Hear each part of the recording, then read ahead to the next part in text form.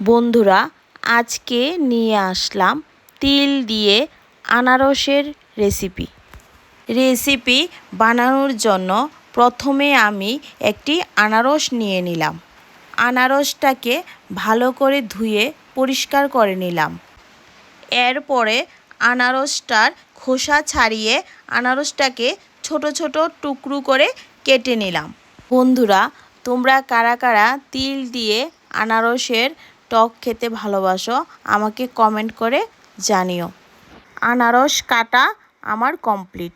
এবার আনারসের চাটনি বানানোর জন্য যেই সকল উপকরণ লাগবে সেগুলি আমি রেডি করে নিলাম।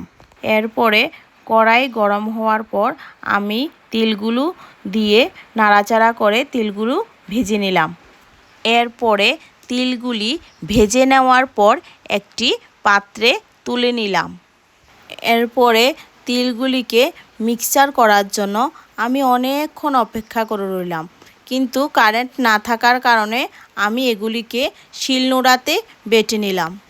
বন্ধুরা, তোমাদের কি এরকম সিচুয়েশান কখনো হয়েছে যে কারেন্ট চলে গেছে, শিলনোড়াতে বেটে রান্না করতে হয়েছে?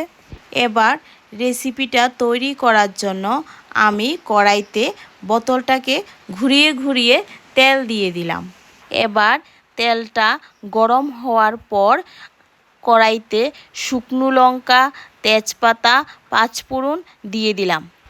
এবার আনারসগুলি কড়াইতে দিয়ে দিলাম। এবার আনারসগুলির মধ্যে লবণ, হলুদ, মরিচ গুঁড়া, জিরা, ধনিয়া সব উপকরণগুলি দিয়ে নাড়াচাড়া করে দিলাম। এবার আনারসগুলি কিছুক্ষণ কষানোর পর চেরি ফলগুলো দিয়ে দিলাম। এবার তিলগুলি দিয়ে আনারসের সঙ্গে ভালো করে মিক্স করে নিলাম। বন্ধুরা, তোমরা কারা কারা এই রেসিপিটা খেতে ভালোবাসো আমাকে কমেন্ট করে জানিও। এবার আমি রেসিপিটাতে পরিমাণ মতো চিনি দিয়ে দিলাম। এবার রেসিপিটাকে ভালো করে মিশিয়ে নেব।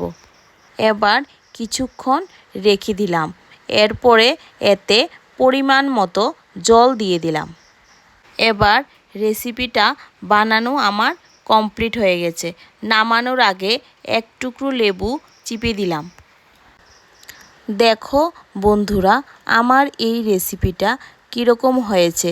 যদি তোমাদের কাছে ভালো লেগে থাকে তাহলে আমাকে লাইক, শেয়ার এবং কমেন্ট করে দিও। ধন্যবাদ সবাইকে।